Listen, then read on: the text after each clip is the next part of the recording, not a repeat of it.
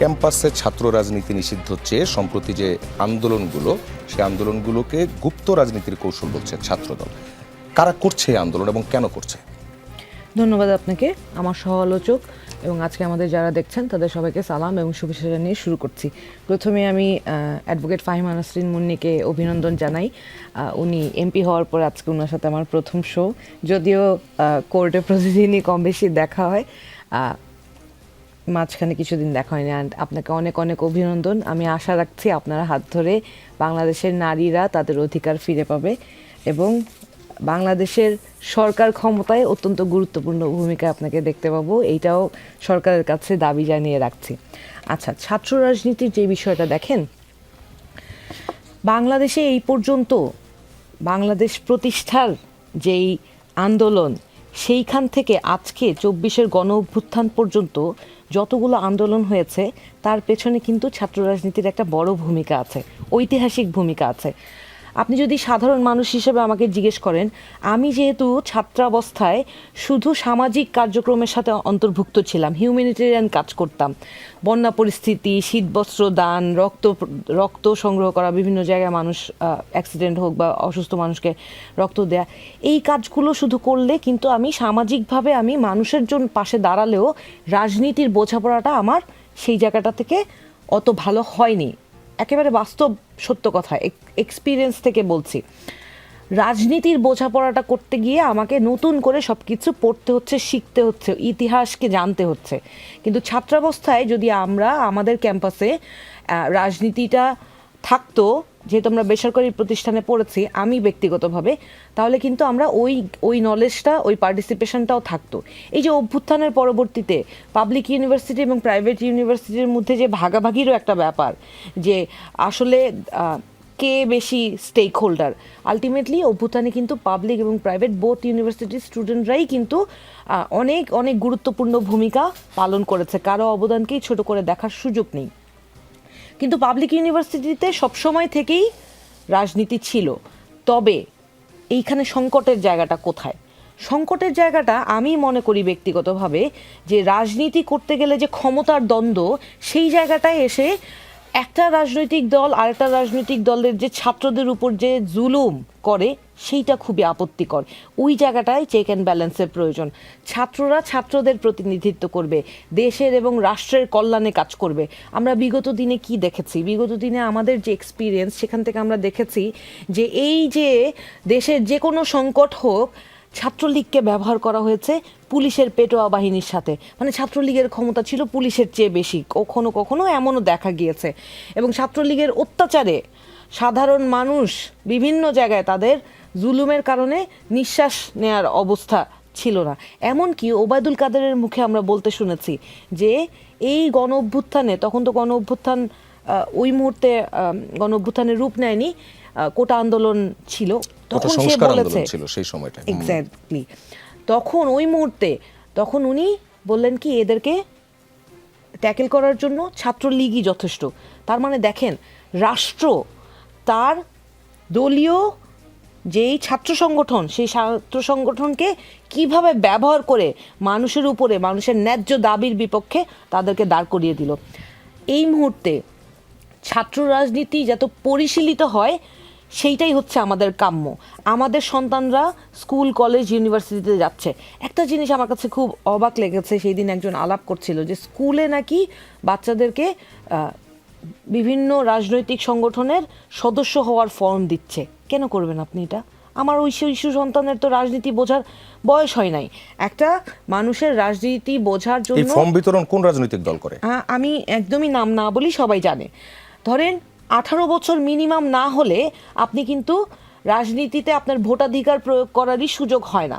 সেইখানে আপনি যখন ভোটাধিকার প্রয়োগ করার সুযোগ হবে, তার আগে পিছে আপনি একটা রাজনৈতিক বোঝাপড়ার জন্য আপনি সেই যাত্রাটা শুরু করতে পারেন। কিন্তু স্কুলে আপনার পড়ালেখাটাই মেজর হওয়া উচিত।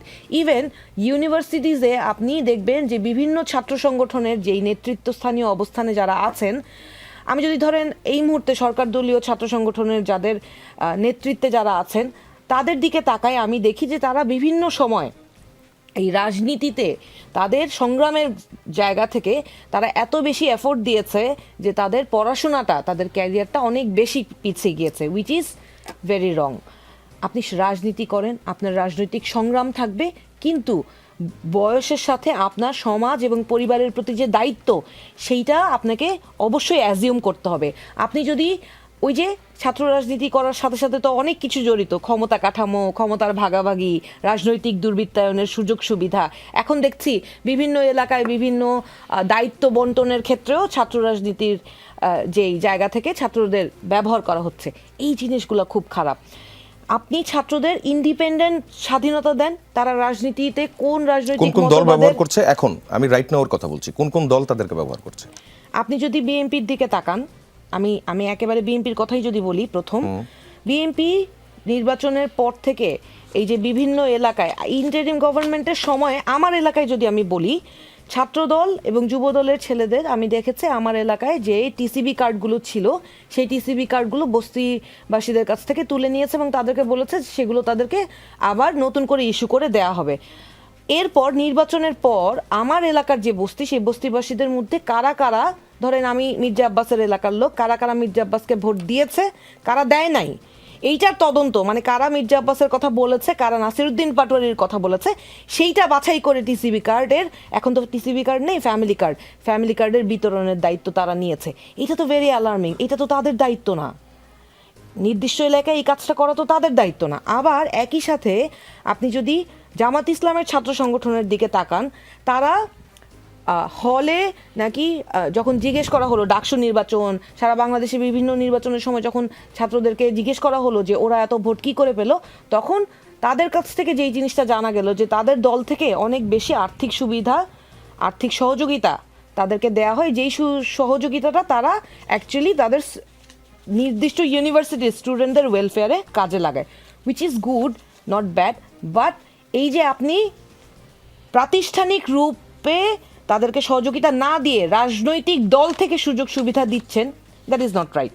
আপনি ডাকসু যদি হয়, রাকসু যদি হয়, চাকসু যদি হয়, আপনার নিজস্ব বিশ্ববিদ্যালয়ের ফান্ড থেকে এই সুবিধাগুলো যাবে, আপনার অন্য জায়গা থেকে এই সুবিধা আসবে, সেটা দিয়ে আপনি আপনার দলীয় কর্মী বানাবেন, এই সিস্টেমটাও আমি সমর্থন করি না।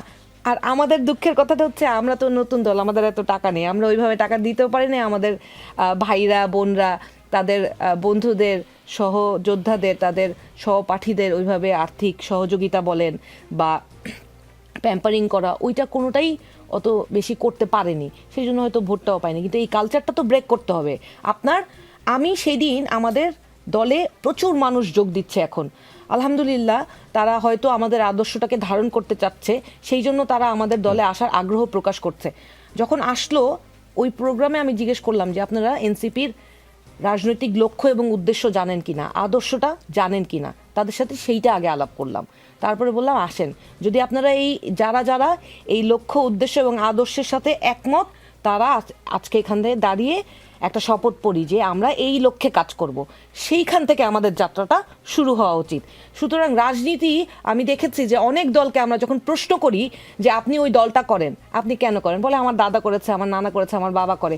আদর্শ কি দলের এটা বলতে পারে না। তো ছাত্র রাজনীতির ক্ষেত্রেও আপনি আগে ছাত্রদের সামনে উন্মুক্ত করেন আপনার দলীয় আদর্শ কি, দলীয় এজেন্ডা কি, দলীয় লক্ষ্য কি, আপনার কর্মকাণ্ড কি হবে, তারপর তারা চুজ করুক, কিন্তু তাদের পড়ালেখাটাকে, ভবিষ্যৎ ক্যারিয়ারটাকে আগে গুরুত্ব দিক, কারণ রাষ্ট্র মানে এটা সবচেয়ে বেশি জরুরি। এখন এটা বলেন, যেমন ছাত্রদল দখল করছে সেটা বলছেন, আর ছাত্র শিবির যারা, তারা হচ্ছে বিভিন্ন স্টুডেন্টদের ওয়েলফেয়ারের জন্য বিভিন্ন প্রণোদনা দিচ্ছে দলীয় ফান্ড থেকে।